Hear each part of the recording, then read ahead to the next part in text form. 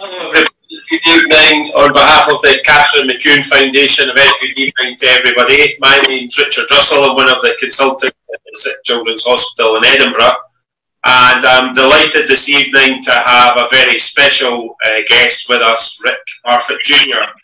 Rick, how are you getting on? I'm good, hang on, I've just got to switch the volume down on my phone so I can see the comment. Hi everyone, how you doing? It's, I'm an absolute technophobe, so this is going to be quite interesting. I'm not going to be too loud then. I'll turn my volume down already. I think, you know, we know a bit about you, Rick, but we'd be really interested to hear about your particular journey with your IBD.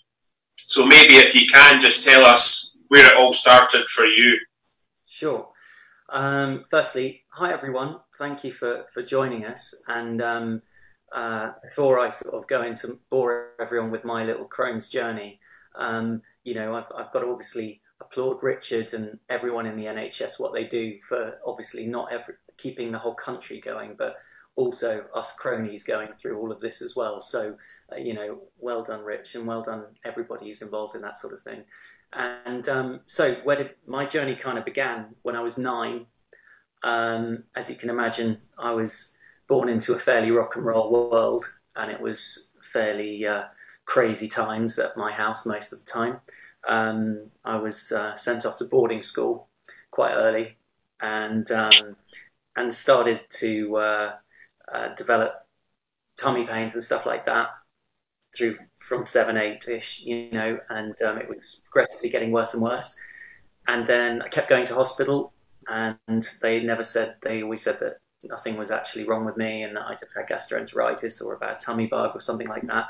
And I'm sure a lot of other people have had those similar sort of things. And then, yeah, I was in Germany on holiday with my German side of the family, and ended up in a big hospital in Göttingen, where they finally, I was quite unwell, and they said that it was Crohn's. Yeah. And in those days, you know, it was not the most well-known illness, because I'm pretty old. And I was going to ask you, what age were you when you were finally diagnosed, and what kind of time was that in? Yeah, I was 9, so yeah, it was fairly young, to be honest, I would say. Okay, sorry, I thought you had the symptoms from 9, so you're diagnosed age 9, and that was in what decade? It's a while ago. So it's really to help, because I know that a lot of the children, the members of the foundation have had their own journeys, and some of the journey depends on, you know, when it happened and how well known it was at the time. So I think you said, did you say the 80s? Yeah, it would have been around the time of Van Halen. Yeah. Okay.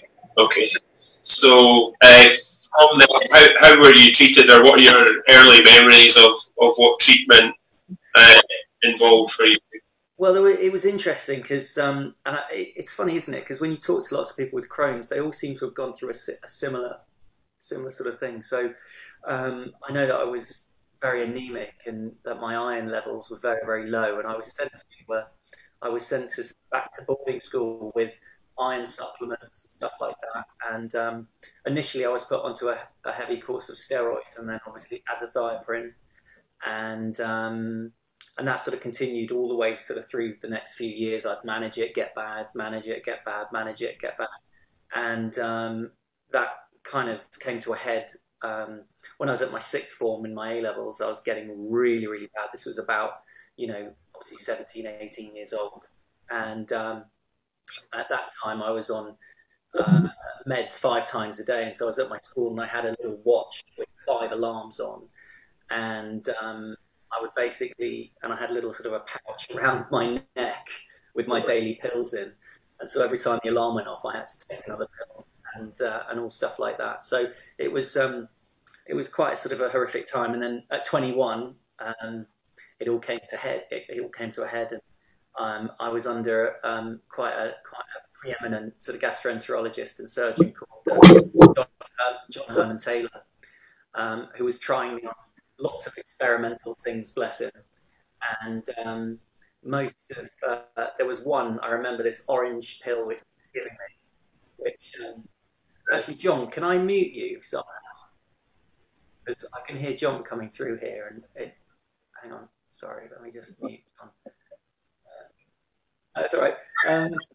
So yeah, so at 21, yeah, I was in no, John Herman Taylor was actually trying to try me on lots of stuff. He was obviously dedicated his life to try and find something to deal with Crohn's. And I remember this treatment that he gave me, and this pill made me bright orange. No joke. Like literally, if we could have patented it, like the cast of Towie would have bought it in bulk. Let me tell you, because this stuff was mad. I don't know what was in it, and it didn't really work, but it turned my pee bright red and me bright orange. And one pill burst in my throat and burnt the whole of my throat. And his sort of response was, "Well, that didn't work, did it?" And I was like, "Not really, fella."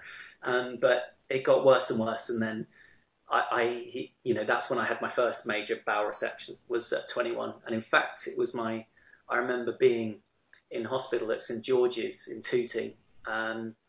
And it was my birthday. I was 21 years old. I weighed just over 5.5 stone.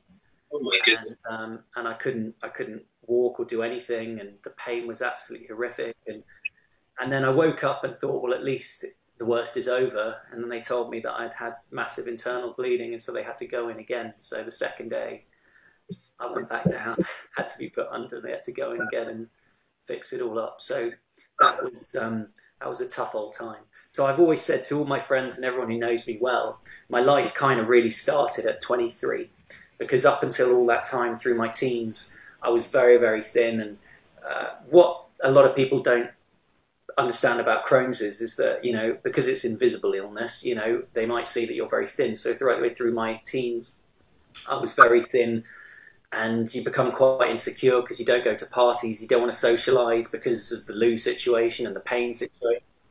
And basically, it mentally leaves quite a scar. And I would say that I still carry a lot of those scars with me today.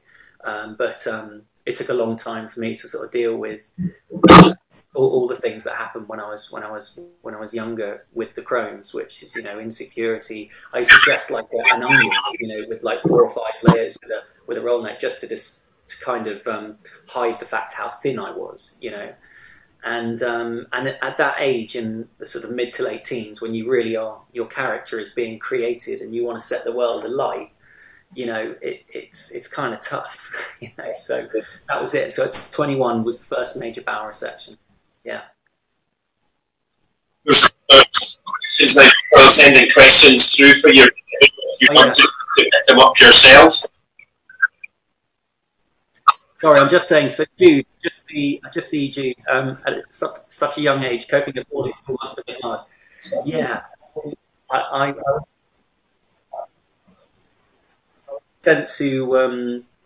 was sent to boarding school at 6, and but it was a very rock and roll household, so it was probably better for me, to be honest.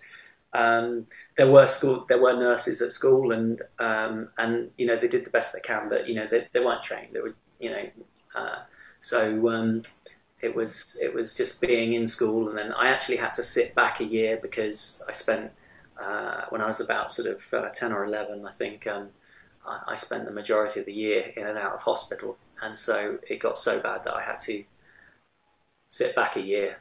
So, but that was fine because just got on with it. That's it.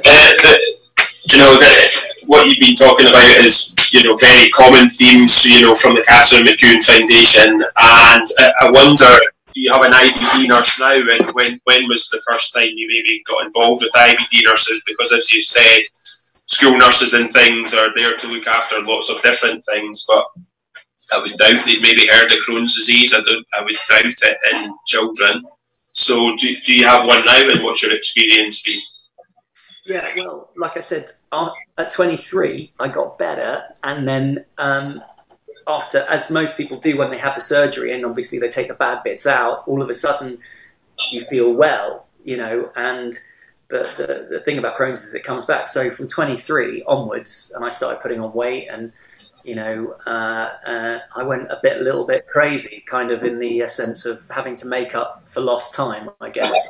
And I had a little, yeah.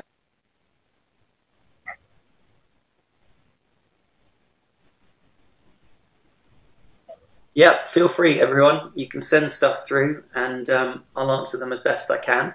But to answer your IBD stuff, to if anyone else is watching, yeah, I mean, when I started to get bad again, which, you know, you have this sort of the 10-year period towards 2010, it was getting really bad again, and then obviously that from then on, I've really started to engage with Jeremy Sanderson and his team, and so I've pretty much had the same team for the last sort of 20 years now, and 15, 20 years, and they're amazing, and I'm very lucky that, you know, they've been massively supportive, and especially in this last, the run up to this last one, which I had 3 months ago, and I'm very happy to say it was a really amazing success. You know, Andy Williams did an incredible job.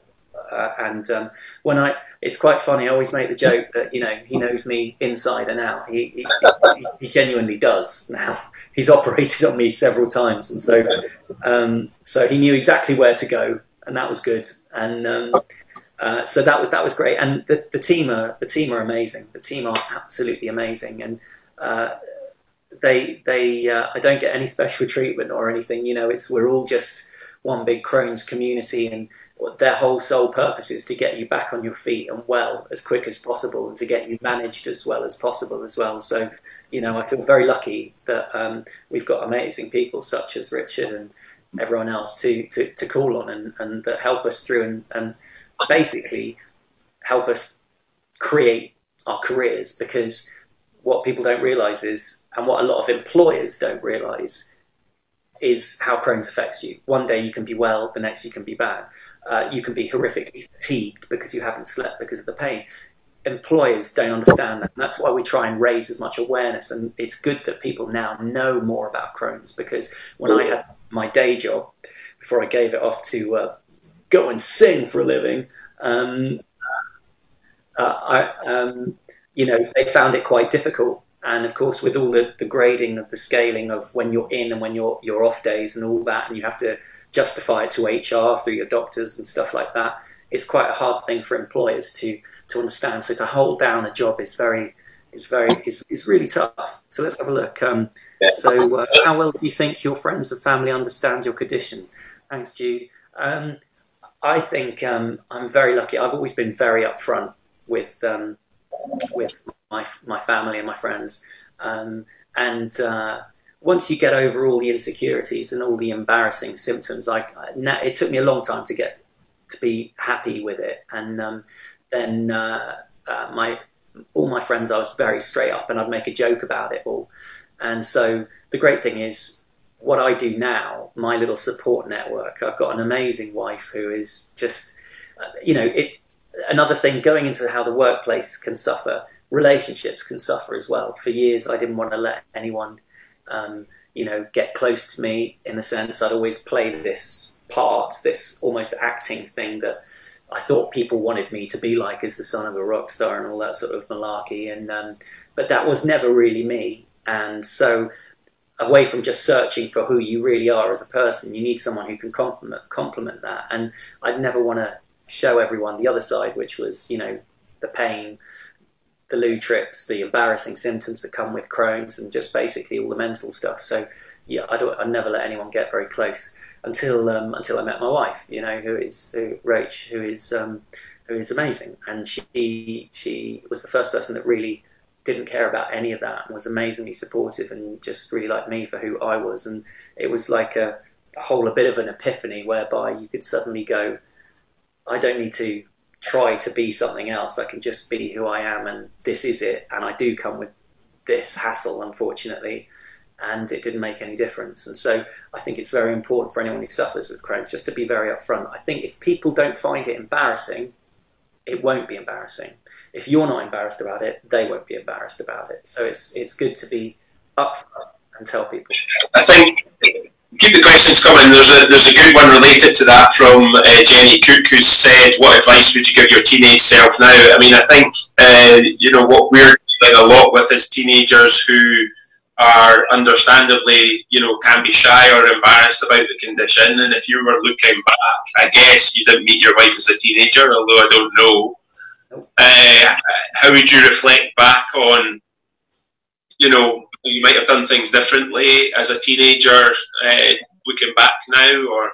Yeah, well, it's easy. It's so easy for someone to say, just try and be confident in yourself, because when you have Crohn's and you're going through all the stuff with it, it's really difficult to feel confident in any social situation, and perhaps with body issues and everything else that comes with it. It's really tough. So something that kind of worked for me, which I've always, as most people know, I race a lot, and race cars. You can probably see a few things behind me.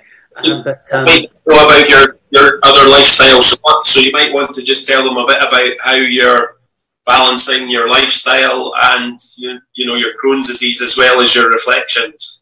Well, I'll get to that. So what I was going to answer your question before was, I found go-karting, and I know this sounds a bit crazy, but there was like an indoor circuit, and I'd go down there and I'd put a race suit on and a helmet on, and for the first time people weren't looking at me as that skinny kid, because I felt I could hide by wearing a race suit and a helmet, and I turned out to be quite good at that, and then I really started to win quite a lot in that, and then I went out and really got heavily involved in motorsport, and I went and raced, got spotted and raced for a manufacturer, and that brought my confidence back in myself, and also introduced me to a social circle that weren't judging me on anything other than our shared love of the motorsport. So the best thing I could say now is to anyone in teenagers, you know what, if there's something you love,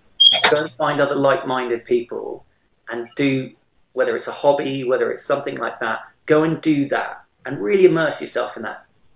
And I want to swear here, and don't give up monkeys what anyone else thinks, because at that age they're probably not mature enough to actually process what you're going through, because they can't understand it. When you're young, you think you know everything, but you don't, and and so they can't process it. So it's easier to make fun of it. It's easier to make fun of something, or to find it a bit weird, or to not associate with it, rather than it is to engage it. And so if you find people who have a shared passion to you, everything else can go to one side, and you can just find your own persona and find your own confidence through a shared something that you love. So that was what worked with me.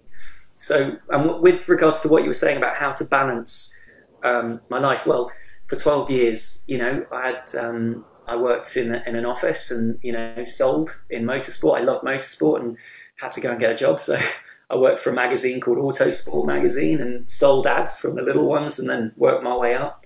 But I was always singing in the same time. And so eventually, I won't give you the life story, but I was getting noticed in event world, and I decided that rather than going the fame route, which is too difficult, and also I was very prejudged because of who my dad was, that I saw that there was a gap in the market in event world to actually put a band on, not like a normal covers band, but a band that does play other people's songs, but does it in a, not all the safe stuff, but massive rock show, and so I got some of the best session musicians in the UK together, and I remember walking into my boss's office, at Haymarket, and going, I'm off to be a rock star. And they sort of went, of course you are, mate, patted me on the back and went, see you in 6 months. And to be honest, I genuinely thought that I might well be back, but luckily it took off, and it's been kind of great ever since. And so I have a hectic lifestyle. We play between 90 and 100 gigs a year all over the world for big companies and festivals as well. And we were this is the strange thing about this summer. We were headlining 6 festivals as well, mid-sized festivals, which was great. And sadly, obviously, that's all being postponed. But will come back, and also the racing for the last 9 years as well. So I always wanted to try to put out a story that whatever you want to achieve, even with having this, you can do it. You've just got to go full on and find your passion and go and do it, and don't let anything stop you. Because there are plenty of people who said, you can't do this, and I had a lot of friends, obviously working for Autosport magazine, who were racers. I know a lot of the F1 guys and all of that, but I was never going to get into a race car, even though I'd won a lot in go-karts. So that was never going to happen. Yeah. Where would I find the money? Where would I find the sponsorship and all of this? And so I worked hard, and then I worked my way through the ranks, and now, I'm the only person to have ever won both GT4 and British GT4 and GT3 titles, something no one else has done. Gave Bentley their first ever pole position, gave Bentley their first ever domestic title, and their first ever win for the new version 2 car. And there's quite so, and I would never have thought to have been able to achieve that, and also to be able to do the amount of gigs we do, and also to be on stage in front of thousands, and it's amazing. But the Crohn's is always there. When I'm racing, people have seen I've been getting into the car in absolute agony. In Silverstone 2017, I remember the warm-up lap is so long at Silverstone, and you have to put heat into the tyres. So I was really, and I was second on the grid, and I just thought, I can't fight this guy. I have to get in front, and just because the quicker I finish my stint, the quicker I can go and sort of collapse in my motorhome. So, I was in so much pain, and just the sheer movement. I was so close to just puking in my helmet, that it was, and all the teams have known over the years just to deal with my Crohn's. I've had to I've had to get a special dispensation to race, and because I'd be using prednisolone on occasions to get on top of the inflammation and stuff. And so it's been a tough old ride, but in fact, you can do it anyway. So I think questions. There's a few questions coming through. I think Susan Daly, was the first one to come through. And she's asking, do you think because of the support group that it helps you do what you want in life? I think you've answered that, to be honest. Yeah. I'm just saying, do you think people with the Crohn's have this fantastic outlook on life? That's good, yeah. What advice do you have? Guys, we're all just reading. We're always reading. Sorry, Lucy, I'm just reading yours now. As a musician, how do you feel touring and gigging affected you physically, but also did it have a positive effect mentally? That is a really good question. So this is Lucy Mincher.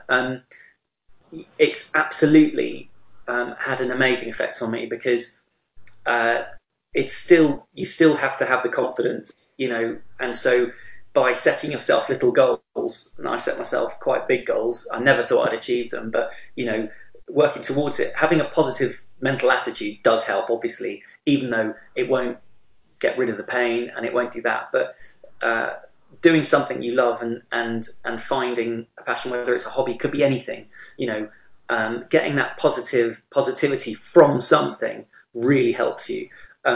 Music is always been a great thing for me. I mean, I've grown up around it, and I've been very fortunate, and I've seen some amazing people and met some amazing people along the way.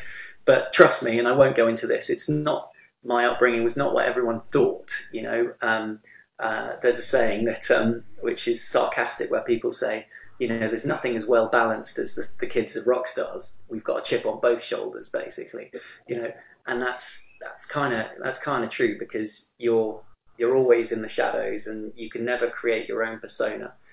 So having my own outlet in music and being judged on my own merits was a great thing, and so yeah, it's a good thing. So just do what you love. I hope that answers that, Lucy. Let's see what Shona says. How did your parents deal with your diagnosis, and what would you advise a parent team? Right, that's another good one. Okay, so I don't think my dad really knew how to deal with it, very well. And I remember one time he actually said, "Well, you're not ill," and I actually sort of pushed him up against the wall, and I said, "You have no idea what I'm going through, or what I have to deal with on a daily basis." And but knowing Dad, there was probably some alcohol involved, so you know. And I'm glossing over it a bit, and my mum obviously is the polar opposite, the smother mother, basically, in the sense that, you know, she would try immensely hard with everything, and so it's almost over fussing, and so you don't. So I pushed that away as well. So I felt like I had to deal with it, a lot of it, by myself. But luckily, my extended family was amazing as well, especially in Germany. I got treated a lot in Germany, and my mum's sister Astrid and my grandmother and grandfather were great. And you know, and not saying that my mum was great as well, you know, but my dad's just my dad, you know, and so it was a difficult time. I remember actually going back to this on the 21st, when I was 21st, you know. I'm in the hospital bed, I'm 5.5 stone, I've got a balloon saying happy 21st. And, you know, and you sort of feel, you look down at yourself, you know, you're skinny as a rake, right? And you can't walk, you're all cut open. And you sort of think to yourself, is this it? Is this what my life is going to be? Just a whole load of pain and just being insecure and suffering and always going to be alone. And I remember my parents came in, and you know, and my dad gave me this is a classic dad, right? You know, he gave me a birthday card which said, "Happy birthday. At 21, Richard Branson had opened 7 stores. At 21, this guy had done that. At 21, this guy." And I just went, "Yeah, thanks for that, mate." You know, and I asked them politely to leave, I think, and so they went. And all the nurses were really sweet. I was having a really bad day. And this is all part and parcel of the mental thing that Crohn's carries with you. And then later in the evening, one of my best friends from around where I was in Twickenham, that's where I lived, sort of popped his head round because I pulled the curtain around my bed. And he sort of pops his head round. He said, "Look, you know, we've got to try and get you up, and you've got to try and have a walk." And I said, "Look, mate, I don't want to do it. I don't want to see anyone. I don't want to do anything." He said, "It's just me. It's just me." And he said, "The nurses told me we've got to get you up." So it was the most painful thing, sitting up and then trying to walk. And then so I shuffled, and we shuffled a bit and shuffled downstairs. And all my friends from Twickenham had come, and they bought like a birthday cake. I'm get welled up about it as well, because, you know, it was such an amazing, a lovely thing to do that they'd sort of in the foyer of the hospital. And that was one of the loveliest things ever. But at the same time, it was tainted with, you know, a bit of sadness, because I didn't want anyone seeing me like that. You know, I didn't want them to see me at my lowest ebb and in that sort of shape. And so that just sort of shows what it's like, really. Yeah. But then after that, you took great inspiration from it, and I think, well, literally didn't look back. It sounded like. I think we missed one from Gary McEwan, who was just asking about how you stay fit with regard to your general fitness and with Crohn's disease. How do you balance them? Right. Well, it's like anything. I think you just try and do whatever you can. With me, I've always been one of those people. I was always, when I got my energy back, I was always kind of really hyper and always running, always doing stuff. As I've got a little bit older, as obviously no one here in the messages is, because they're all young and fit and sprightly. But as you get older, it's you definitely start, the metabolic rate starts to slow. So luckily, I think my gigging keeps me fit, which is funny because that's what Dad used to say as well. But I truly think that when you do a run of gigs like we do, you know, we're not just sitting there. We're not doing a Westlife set. Our set is full on stadium, kick ass, and you always come off absolutely drenched. And I only know one way to perform, and that is 110% every single time. It doesn't matter how tired I am, how little sleep I've had, how much pain I am. The one thing my dad always used to say to me is that it doesn't matter how tired you are, you always have to find the energy to do it, right? You know, he said, and you always will. You will dig deep and you will find it.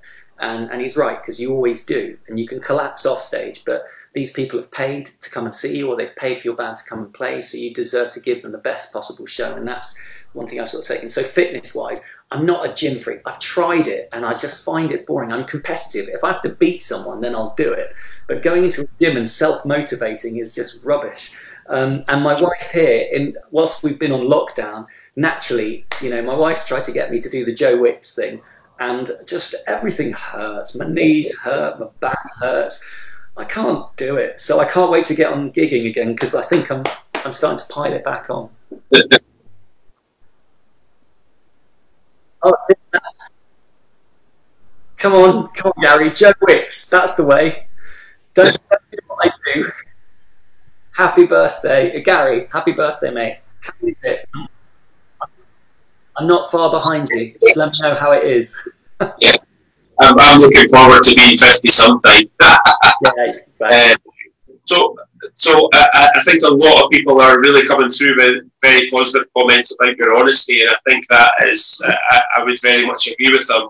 I wonder just if you could tell us what your experience was like of just before your current operation. I think you went through some nutritional treatment. What was that like for you?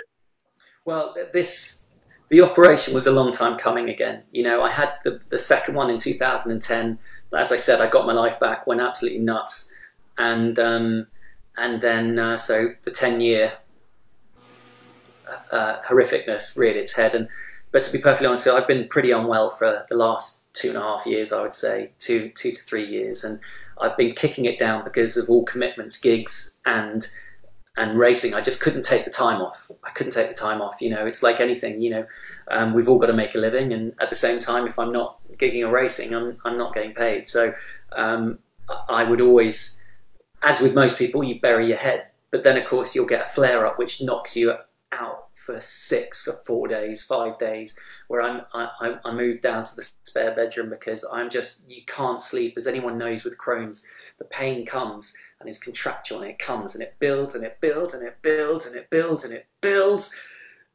And it gets to the absolute excruciating where you cannot bear it anymore, and then it just washes away and you just feel so sick and so ill, and you just wait for the next wave to come, which is in a few minutes time, and night after night for that. So I knew that the race teams would see me in the motorhome. You know, I wouldn't put it out when I'm in, I wouldn't show it to people, but you know, my ex-teammate Seb Morris, who's now a factory Bentley driver, you know, all my teammates would really support me in that, and the team were very well versed in how to get the best out of me and when to push me and when not to push me. So coming up to this, I knew that this was time. You know, last season I was really struggling again, and I thought that I was brought in by Andy, and he said, look, if we don't operate now, we're probably going to have to, it's going to be an emergency, and we're going to have to just get in and slash everything about and probably take the whole thing out.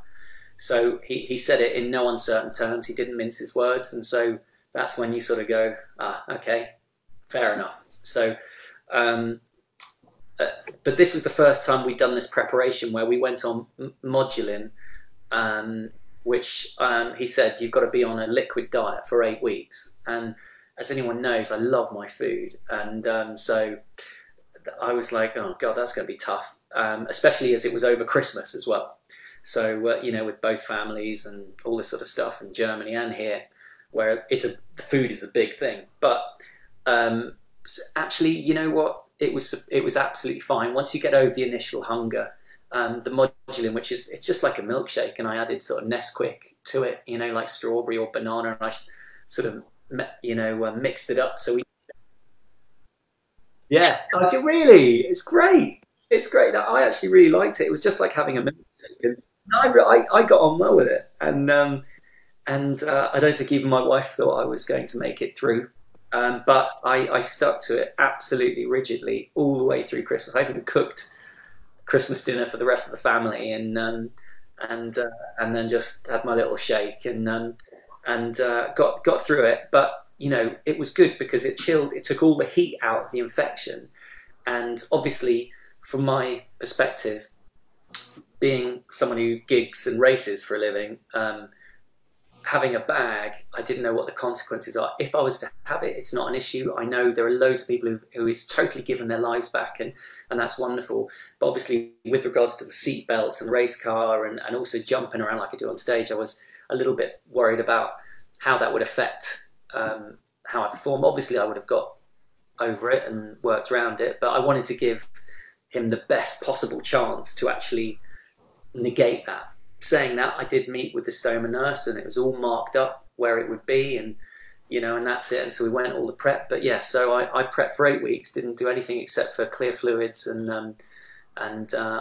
modulin. And luckily, the operation took 5.5 hours. There were quite a few things he had to do. There was full fistulated at the top, which they had to undo them all and sort of redo it. And then they had to take a massive section out, I think sort of about 20 centimetres, 30 centimetres out of my lower intestine. I think there was something down with my sigmoid as well. So it took, I think it was 5.5 hours, the operation. And so it was a biggie. And but, it had to be done. And thankfully, the preparation was, I think, definitely worked and helped. And so when I woke up, I was told I didn't have a bag, which is wonderful. But as we all know with Crohn's, if it comes back, that's a very distinct possibility. And like with most people, and I'm very much active in the Crohn's and colitis forums and stuff, even though I'm not posting a lot, I keep an eye, and some of the stories there are absolutely inspirational about how people are just, being really confident, getting out there and going sunbathing and just embracing it. You know what? And that is what we need. We need everyone to just show and tell everyone about this so that people understand. So it's just normalized, and that's the best way for it. So yeah, there you go. I see that, Dorothy Brody, my bag has given my life back, and that's the best thing ever. Yeah, I hear that a lot. And you know what? I drew strength from that, from a lot of people saying that as well, because that was, obviously I was paranoid, going, oh, as most people are, going, oh no, I'll have a bag, and what am I going to do? How am I going to jump on stage? What if it bursts? All this sort of stuff. And you know what? But then I read up and I looked at a lot of people, what they were saying, and I knew that if it happened, I'd just get on with it. So if some people are drawing something from my story, rest assured that I've actually taken a lot from everyone else's stories as well. Yeah. And how are you feeling now? This is the crazy thing. The first few weeks of recovery was pretty nasty, I would say, to be honest. And but now, I mean, it's amazing. It's amazing. It really is amazing. To be able to go to bed and sleep and wake up and have no pain is just, as most people know, if you suffer from anything from migraines or any form of pain or chronic pain or arthritis or whatever, and you get used to it, right? When you finally get to a point where you don't have it, you feel like it's the greatest thing in the world. What people don't realize is that feeling normal is amazing. And people don't realize that normality is the best and greatest thing that you could ever possibly have. So yeah, I'm really good, and I'm able to eat most things again now, even though it's psychologically a bit weird to have onions or something like that, which before I would absolutely avoid like the plague, because it would be instant pain and instant flare up. And even though I'm still avoiding them a little bit, but in most cases I'm eating everything again and feeling well. So I just hope that it continues, because I've still got a lot of things to achieve, as has everyone else. And what medicines are you on now? Are you still on some, or?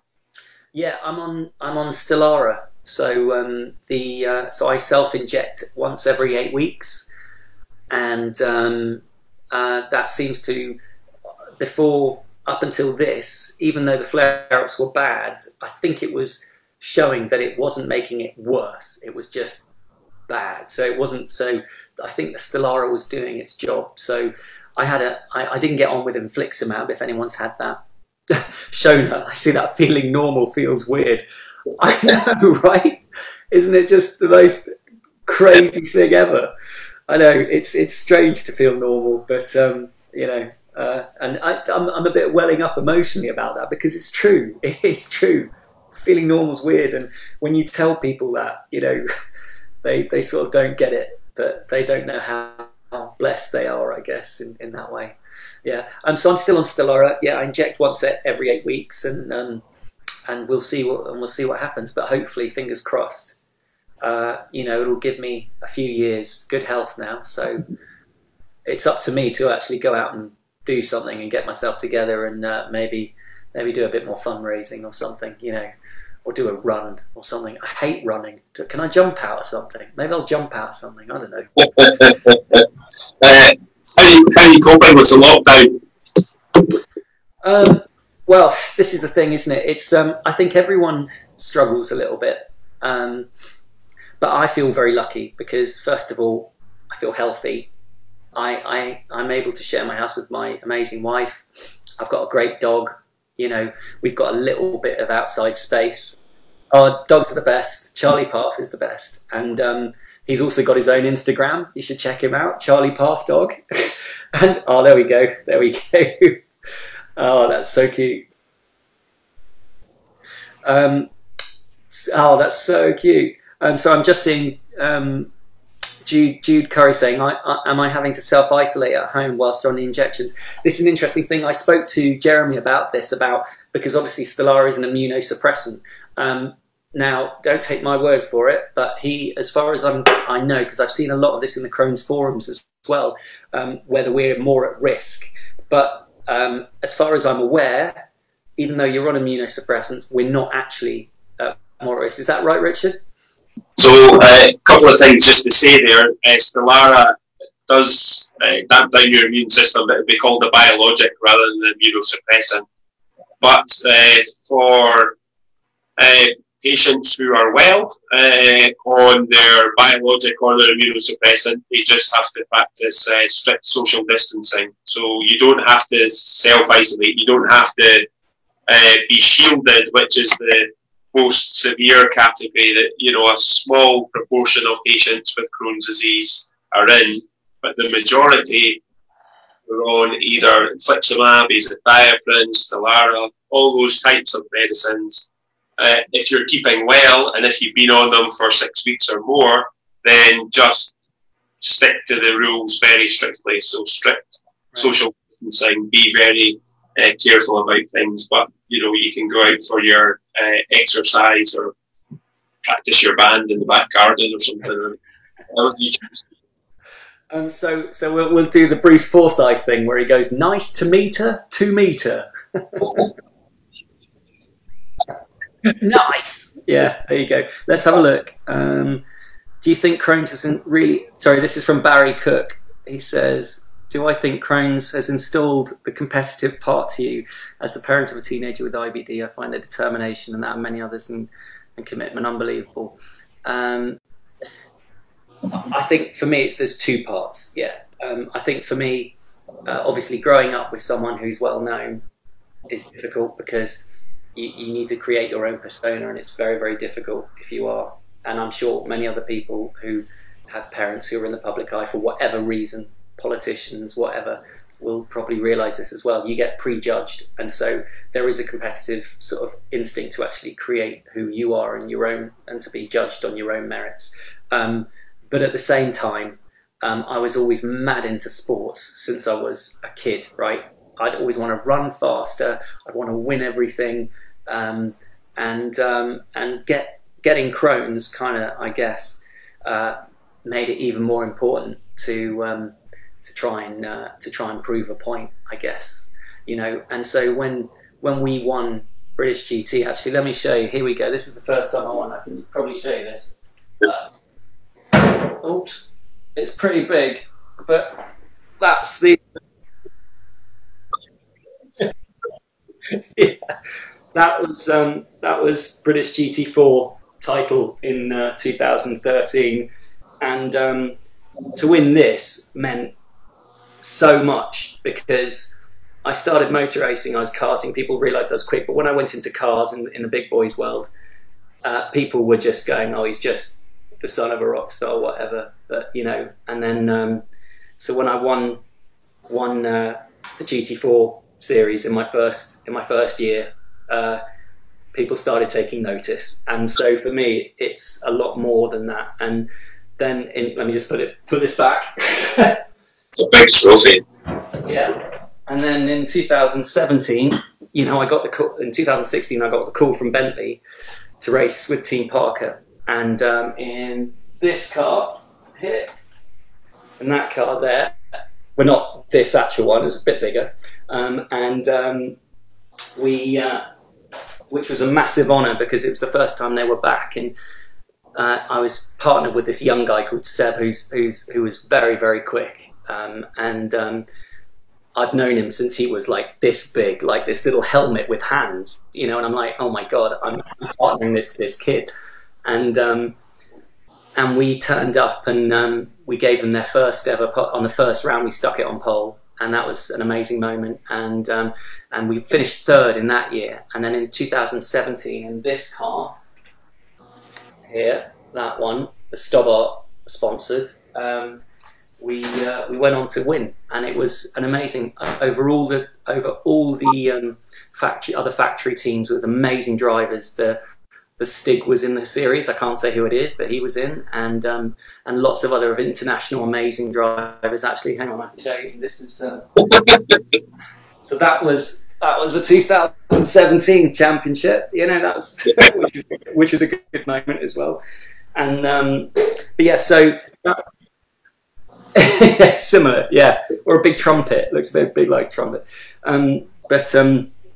you know, so it's definitely something where I wanted to prove a point, and now the whole paddock and a lot of the motorsport fraternity know about Crohn's, and it all came to one thing in 2017 when I won that.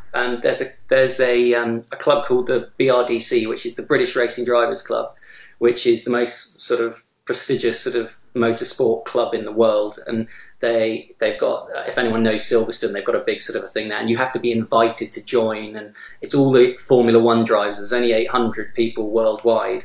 I got a fantastic letter from Derek Warwick, who was a former Formula One driver, saying that they'd awarded me, they wanted to award me 2 awards, the Innis Island and the John Cobb Memorial Trophy.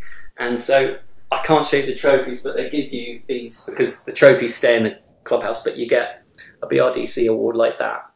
And what's amazing about these awards is that I look down the names that are on here, you know, Lewis Hamilton, Jensen, Damon Hill, Sterling Moss, and then me, you know, and it was just, I remember shaking because I went to collect it in front of all these people who I had so much respect for, and everyone was standing up and giving me, because they said that I'd achieved it through adversity. And yeah, that was another amazing moment. I remember my wife went, this is pretty big, isn't it? And that was a real point where I thought, right, I've done it. I've cemented something, and I've achieved something through this, so that others hopefully can maybe be a little bit inspired by it. And I've got recognition from the best in the world at it, you know, and that was an amazing moment for me. So everything, but it's taken a long time to get there. So my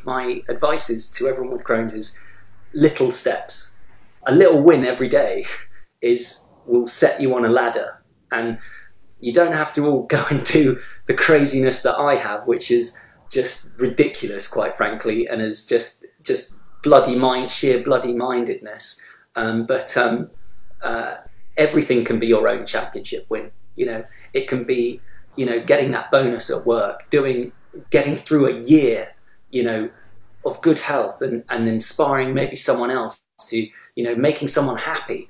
This is the great thing I love about my job with music, is that I go out in front of people and I make them happy. And, you know, you come off stage thinking we've done an absolutely mega job, and that is the greatest thing in life. I feel very, very blessed that both what I do is makes others happy, and if I can inspire people to do that, then that's great. So little wins every day for everyone. Just set yourself little tasks, you know.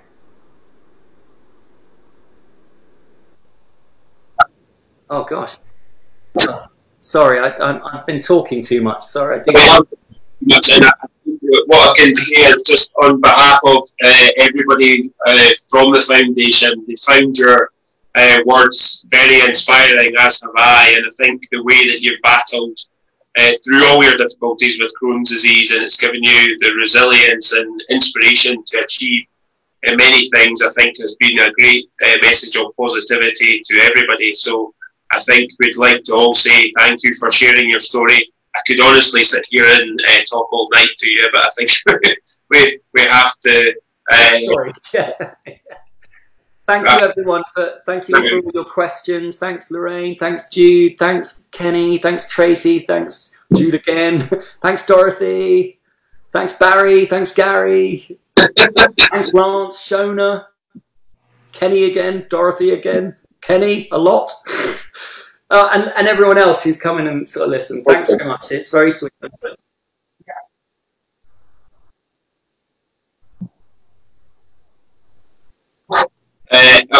On behalf of the foundation, if you could like the page, please, and promote it to other people and share it with everybody.